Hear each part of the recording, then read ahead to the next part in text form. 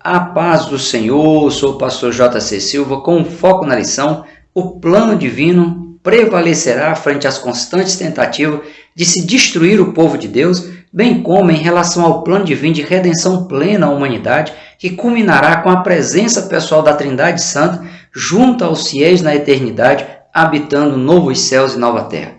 Se você ainda não se inscreveu no canal, se inscreva, acione o sininho para você receber as notificações sempre que houver um novo vídeo. O textuário da lição de hoje está em Ezequiel capítulo 48, versículo 35, a parte B, que diz: "E o nome da cidade desde aquele dia será: o Senhor está ali." Na verdade aplicado, o pastor Valdir Alves, comentarista das lições neste trimestre, ele afirma que o perfeito e maravilhoso plano divino para o seu povo será cumprido, pois o Senhor é todo-poderoso. Os textos de referência são Apocalipse capítulo 21, versículo 3 e 27 e capítulo 22, versículo 14. Nesse texto, Jesus anuncia que habitará com os fiéis na nova terra, na qual nada que contamine e provoque abominação terá acesso, mas somente os lavados e remidos no sangue de Jesus, inclusive com o direito de comer da árvore da vida e acessar a Nova Jerusalém pelas portas. Dentro da presciência divina, ou seja, da capacidade de Deus em conhecer o futuro de forma antecipada e perfeita, Deus ele estabeleceu, pelo seu poder, duas opções de eternidade, cabendo ao ser humano escolher em qual delas irá participar, se para a salvação ou para a condenação eterna. Independentemente da escolha humana, o plano eterno de Deus ele não se altera. O que muda é o destino humano com base em suas escolhas pessoais. Com base na possibilidade do destino humano poder ser alterado devido às escolhas de cada pessoa, é que o inimigo vem trabalhando intensamente na tentativa de destruir o povo de Deus, de fazer com que os que estejam na condição de salvos percam essa condição e sejam destruídos no sentido de serem condenados à destruição eterna. A perseguição a quem se propuser servir a Deus vai se intensificar ainda mais no período tribulacional após o arrebatamento da igreja, e essa perseguição ao povo de Deus vai culminar com a batalha do Armagedon, conforme descreve os capítulos 38 e 39 de Ezequiel. Enquanto Deus confronta a humanidade e a nação de Israel para que decida fazer a sua vontade e venham a ser restaurados no período tribulacional e também no milênio, o inimigo ele vai intensificar a perseguição no período tribulacional e ao final do milênio, quando Satanás for solto por um curto período de tempo, ele voltará a enganar as nações que adentraram no milênio para tentar destruir, para tentar destinar o maior número possível de pessoas à condenação eterna e tentar frustrar o plano de Deus nas oportunidades de salvação que ele dá às pessoas. No entanto, novamente Satanás verá frustrado seu plano, pois será jogado no mais profundo do abismo por toda a eternidade, sem nenhuma possibilidade de voltar a enganar e destruir quem quer que seja. A insistência maligna de destruir se dá pelo inconformismo do inimigo em não aceitar sua derrota, por isso ele vai espernear até as últimas consequências. Mas essa realidade não pode inquietar ou perturbar o cristão, pois a Deus pertencem os planos eternos e perfeitos, seus desígnios não podem ser alterados ou sofrer mutações. O que ocorrerá na batalha do Armagedon, em que Gog e seus aliados vão encurralar a nação de Israel para exterminá-la, nada mais é do que uma permissão divina para que em público toda a humanidade testemunhe de forma visível no mundo físico a derrota final de Satanás e seus aliados, cuja batalha vem sendo travada no mundo espiritual, portanto não visível aos olhos humanos, mas na batalha do Armagedon tudo será testemunhado visivelmente. Os desígnios das nações aliadas do Anticristo, que será o representante direto de Satanás na terra, acabará em nada quanto aos propósitos do inimigo provocar aí uma possível derrota a Deus e a seus servos.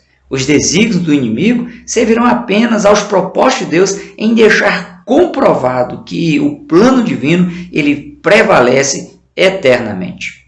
Quanto à profecia contra Gog, registrada em Ezequiel capítulos 38 e 39, de uma forma aqui bem resumida, já que não há tempo para esgotar o assunto nessa reflexão e também já que não há um consenso quanto a quem será Gog e Magog, O pastor Valdir Alves ele ressalta em seus comentários apenas alguns detalhes que precisam ficar claros quanto aos motivos, a época e a diferença entre a invasão do território de Israel por Gog e Magog e seus aliados, liderado pelo anticristo e o falso profeta, a diferença desse evento com a batalha do Armagedon, que vai ser antes do milênio, e o levante de Satanás ao final do milênio.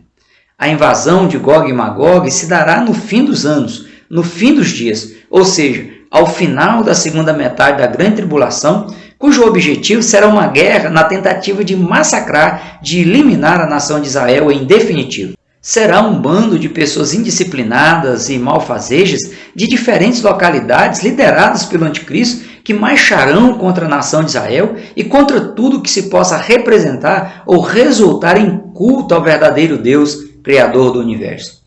Ainda que alguns estudiosos tendem a indicar de quais nacionalidades pertencem os aliados do anticristo, esse detalhe não é o mais importante. O que mais importa aqui é a natureza da missão que eles estarão tentando executar.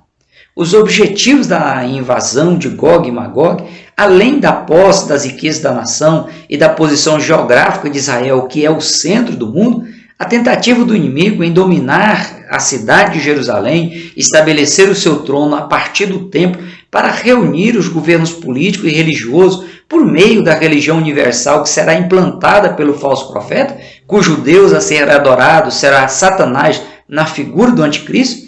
Aqui, Satanás ele vai tentar impedir que Cristo ele estabeleça o seu trono em Jerusalém para governar o mundo no milênio a partir da cidade de Jerusalém. A invasão de Gog e Magog é uma guerra contra a nação de Israel que espera que um de seus descendentes, que seja da linhagem de Davi, assuma o governo da nação e derrote os seus inimigos.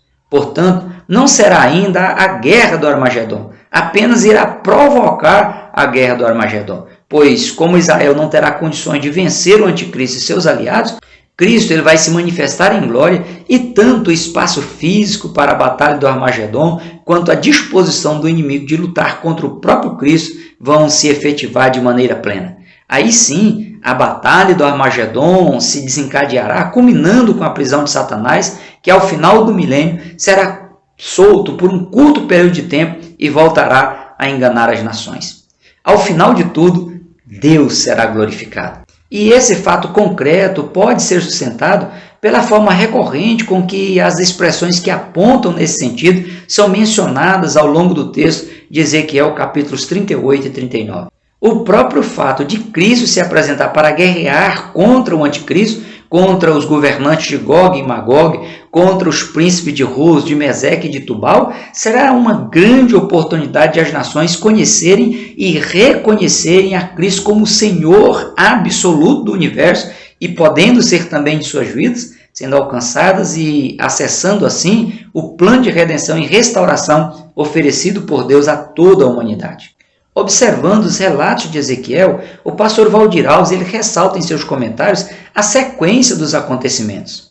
A nação de Israel pecou, Deus disciplinou a nação, estendeu a ela sua graça com ações divinas que chamaram a atenção dos judeus a reconhecerem os seus pecados, responder ao chamado de salvação, se arrepender dos seus pecados e os deixar, receber o perdão divino, ser restaurada e testemunhar o amor, a bondade, a misericórdia e a graça de Deus. Os mesmos detalhes quanto aos aspectos do plano de Deus para salvar e restaurar toda a humanidade continuam os mesmos em todos os tempos. E sempre que houver uma resposta ao chamado de salvação, haverá perdão de Deus, haverá restauração. Vale frisar aqui que alguns fatos quanto à restauração final do planeta para o estabelecimento de novos céus e nova terra se dará no futuro, portanto, envolvem questões escatológicas. Inclusive, com a plenitude do derramamento do Espírito de Deus, que ocorrerá no milênio, bem como a renovação da nação de Israel e das nações aliadas a ela, que terão permissão de Deus para sair da grande tribulação e acessar o milênio. O grande propósito de Deus é que não apenas a nação de Israel, mas todas as nações da terra saibam que Ele é Javé, que Ele é um ser absoluto, sobrenatural e que deseja se relacionar com o ser humano, deseja abençoar o ser humano.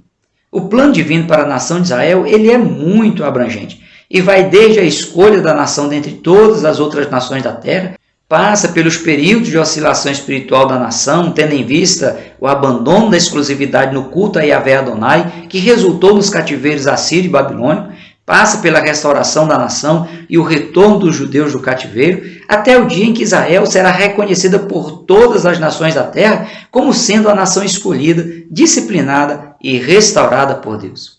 Exercendo o ministério profético entre os judeus no cativeiro, Ezequiel ele teve que conviver com o desinteresse de muitos que deixaram de acreditar que Deus restauraria tanto a nação quanto o templo em Jerusalém. E muitas vezes eles não estavam dispostos nem a ouvir, nem a obedecer ao que Deus estava falando e exigindo por meio do profeta Ezequiel. E ainda hoje, os ministros da palavra de Deus têm que conviver com o desinteresse e também com a descrença das pessoas quanto ao plano divino de redenção da humanidade.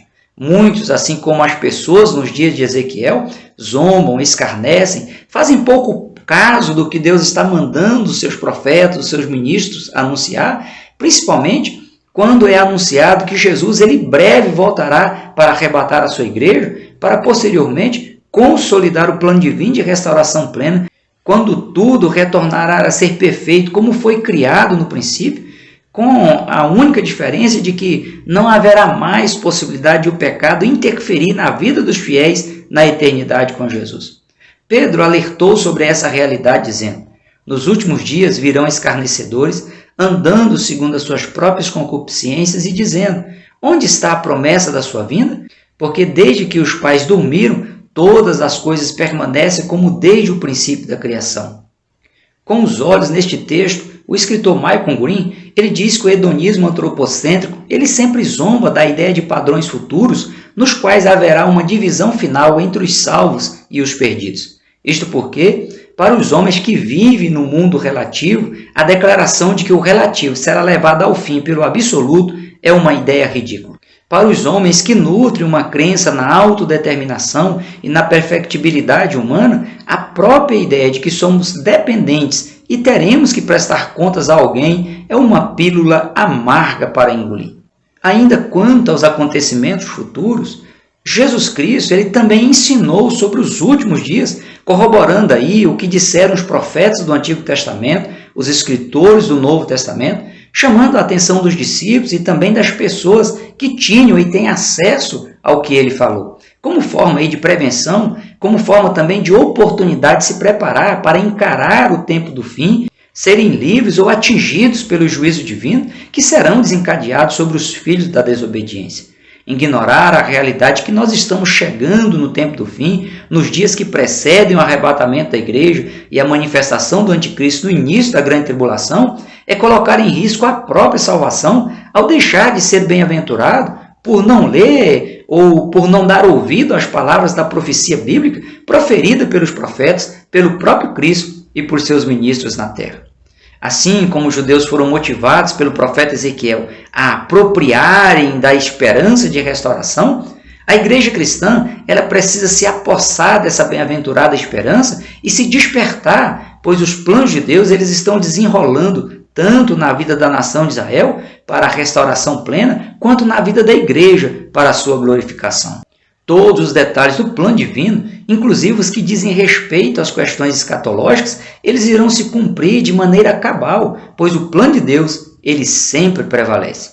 Paulo diz que, se esperamos em Cristo só nesta vida, somos os mais miseráveis de todos os homens. Eis aqui vos digo um mistério. Na verdade, nem todos dormiremos, mas todos seremos transformados, no momento, num abrir e fechar de olhos, ante a última trombeta, porque a trombeta soará, e os mortos ressuscitarão incorruptíveis, e nós seremos transformados. Porque convém que isto que é corruptível se revista da incorruptibilidade, e que isto que é mortal se revista da imortalidade. Porque a graça de Deus se há manifestado, trazendo salvação a todos os homens, ensinando-nos que, renunciando à impiedade e às concupiscências humanas, vivamos neste presente século sóbria, justa e piamente, aguardando a bem-aventurada esperança e o aparecimento da glória do grande Deus e nosso Senhor Jesus Cristo. Assim como Deus proveu todos os meios de sobrevivência aos judeus no cativeiro, onde eles foram motivados a construir casas, a constituir famílias, a plantar sementes, a promover a paz e a negociar com os moradores da terra, as bênçãos providas por Deus na vida dos seus servos e suas servas aqui na terra devem ser vistas apenas como reflexo das bênçãos que Deus tem reservado para os fiéis na eternidade, na Canaã celestial. Momento no qual se cumprirá a mais aguardada promessa de Jesus feita à igreja quando ele disse: não se turbe o vosso coração, credes em Deus, crede também em mim. Na casa de meu pai há muitas moradas. Se não fosse assim, eu vos teria dito, pois vou preparar-vos lugar. E se eu for e vos preparar lugar, virei outra vez e vos levarei para mim mesmo, para que onde eu estiver, estejais vós também. Deus também mostrou a Ezequiel o futuro glorioso de Jerusalém, que receberá o nome de O Senhor está ali. Essa menção de Ezequiel capítulo 48, versículo 35, a parte B, faz conexão com Apocalipse capítulo 21, versículo 3, onde o apóstolo João ele diz que Deus habitará com os homens, ou seja, Deus habitará no meio do seu povo. Neste tópico aqui, nós vamos analisar as características que as pessoas devem ter para ter acesso à Nova Jerusalém, a cidade santa que descerá dos céus e será a sede definitiva do domínio de Jesus na terra, plenamente purificada. Somente os que forem classificados como vencedores é que terão acesso à cidade cujo nome é O Senhor está ali. Nas mensagens direcionadas às 7 igrejas no Apocalipse, as promessas elas são específicas a quem vencer dentro do padrão divino. Não basta lutar, correr, se esforçar, investir tempo, investir recursos materiais, financeiros e físicos, aceitar Jesus, confessar os pecados, ter dons espirituais, frequentar os cultos e cumprir as obrigações cristãs. É preciso ser resiliente, é preciso perseverar até o fim, é preciso vencer. Nos dias do profeta Ezequiel, muitos judeus eles se estabeleceram no cativeiro babilônico, constituíram famílias, se expandiram, se estabilizaram, no entanto, sucumbiram na esperança de retornar à terra prometida, ao território de Canaã. Quando saiu a liberação para o retorno dos judeus do cativeiro, muitos deles preferiram continuar na Babilônia, pois já tinham se adaptado aos costumes, ao estilo de vida, à culinária, ao comércio e às leis da nova terra onde eles estavam habitando.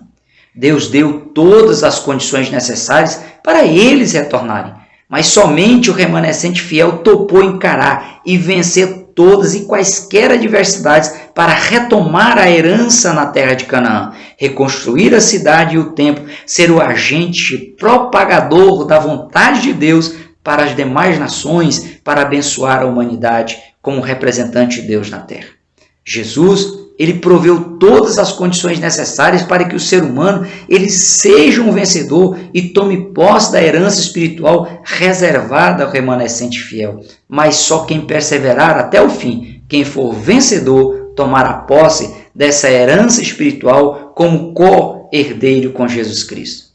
Cabe a cada pessoa se esforçar, perseverar até o fim na luta contra o pecado, contra as hostes espirituais da maldade nas regiões celestiais, e se tornar mais do que vencedor em Cristo Jesus. A orientação de Paulo é: portanto, meus amados irmãos, sede firmes e constantes, sempre abundantes na obra do Senhor, sabendo que o vosso trabalho não é vão no Senhor.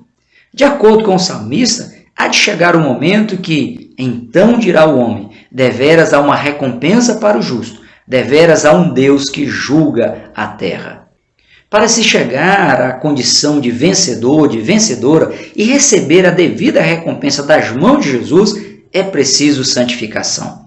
Quando Deus mostrou a Ezequiel a visão da purificação do santuário antes da visão da restauração espiritual e física da nação e do templo, Deus estava aí estabelecendo a ordem natural que as coisas devem acontecer. Pois sem buscar a santificação, ainda existe possibilidade de o ser humano ser restaurado e alcançar a condição de vencedor em Cristo, a condição de salvo. Hebreus capítulo 12, versículo 14 diz: segui a paz com todos e a santificação, sem a qual ninguém verá o Senhor. Apocalipse capítulo 21, versículo 27, ressalta que quanto à Nova Jerusalém, não entrará nela coisa alguma que contamine e cometa abominação e mentira, mas só os que estão inscritos no livro da vida do Cordeiro. Apocalipse capítulo 22, versículo 14, reforça dizendo: bem-aventurados aqueles que lavam as suas vestiduras no sangue do Cordeiro, para que tenham direito à árvore da vida e possam entrar na cidade pelas portas. Ser santo é ser separado do sistema mundano e de tudo que o influencia, é ser separado para fazer a vontade de Deus de forma espontânea, feliz e resiliente. Faz parte das obrigações cristãs a responsabilidade do cristão ele participar de forma ativa no processo de purificação de si mesmo diante de Deus, conforme instrui as Escrituras Sagradas, dizendo: ora, amados, pois que temos tais promessas, purifiquemo-nos de toda a imundícia da carne e do espírito, aperfeiçoando a santificação no temor do Senhor. A ninguém imponhas precipitadamente as mãos, nem participes dos pecados alheios. Conserva-te a ti mesmo puro. Chegai-vos a Deus, e ele se chegará a vós. Limpai as mãos, pecadores, e vós de duplo ânimo, purificai o coração, purificando a vossa alma na obediência à verdade, para a caridade fraternal não fingida. Amai-vos ardentemente uns aos outros, com um coração puro. Para o escritor Daniel Bloch, onde a presença de Deus é reconhecida, existe pureza e santificação. Portanto, para uma pessoa ela se tornar templo e habitação do Espírito Santo de Deus, ela precisa viver uma vida de pureza e de santidade. Deus ele só estará habitando entre os homens na Nova Jerusalém, pois os homens eles estarão aí ou terão alcançado a plenitude da santificação pelo sangue de Jesus. E para que isso seja possível, é necessário o cristão ele viver de acordo com a palavra de Deus. Se os judeus eles tivessem vivido de acordo com as orientações dadas por Deus através de Moisés e dos demais profetas, nunca teriam sido destruídos. Foi o fato de eles abandonarem a palavra de Deus e desprezar os seus profetas que resultou na autodestruição espiritual e física da nação de Israel. O pastor Valdir Alves, ele frisa ainda em seus comentários que a última exortação bíblica ela se refere à relação do cristão com a palavra de Deus. Apocalipse capítulo 22, versículo 18 e 19 diz: porque eu testifico a todo aquele que ouvir as palavras da profecia deste livro, que se alguém lhes acrescentar alguma coisa, Deus fará vir sobre ele as pragas que estão escritas neste livro. E se alguém tirar qualquer palavra do livro desta profecia, Deus tirará a sua parte da árvore da vida e da cidade santa, que estão escritas neste livro. Para habitar na cidade cujo nome será o Senhor está ali, é preciso estar atento à palavra de Deus, colocá-la em prática e buscar a santificação para ser classificado como vencedor. A expressão aquele dia, em Ezequiel capítulo 48, versículo 35, a parte A, lembra o dia de Cristo, mencionado por Paulo como sendo o momento em que o perfeito plano de Deus vai se concretizar de forma plena na vida do cristão. Em Filipenses capítulo 1, versículo 6, Paulo diz: tendo por certo isso mesmo, que aquele que em vós começou a boa obra, a aperfeiçoará até o dia de Jesus Cristo, ou seja, até aquele dia. Realmente, ao longo da história da humanidade, o inimigo ele lutou e tem lutado para perseguir os servos e servas de Deus na terra, na tentativa de levá-los a perder a condição de salvos e serem condenados a viver a eternidade sem Deus. Apesar de o inimigo ser aparentemente incansável e de obter aparentemente algumas conquistas, sempre ele tem se frustrado em seus levantes contra o plano divino e no fim dos tempos será a sua derrota final e irreversível. Como um tipo de Cristo, o profeta Ezequiel ele se dedicou ao máximo para fazer entendido que o plano divino para o seu povo vai além dos períodos do cativeiro e da disciplina do Senhor. O profeta Ezequiel ele também deixou claro que para acessar e habitar a cidade cujo nome será o Senhor está ali, é preciso estar atento à palavra de Deus, buscar viver em santidade e alcançar a classificação de vencedor dentro do padrão divino. Tanto a jornada de Israel quanto a jornada da igreja cristã evidencia que o povo de Deus na terra não está à mercê do acaso. Deus chamou o seu povo de entre todas as nações da terra e o seu plano prevalecerá. Porém, cabe a cada pessoa escolher e se esforçar para estar dentro do plano divino de salvação, vivendo na condição de vencedor, se santificando de glória em glória ao colocar em prática os princípios da palavra de Deus. Deposite em Deus toda a sua esperança, confie nele e você estará para sempre na eternidade com o Senhor. Por hoje nós ficamos por aqui. Até o próximo encontro, se Deus quiser. Prossiga na paz do Senhor.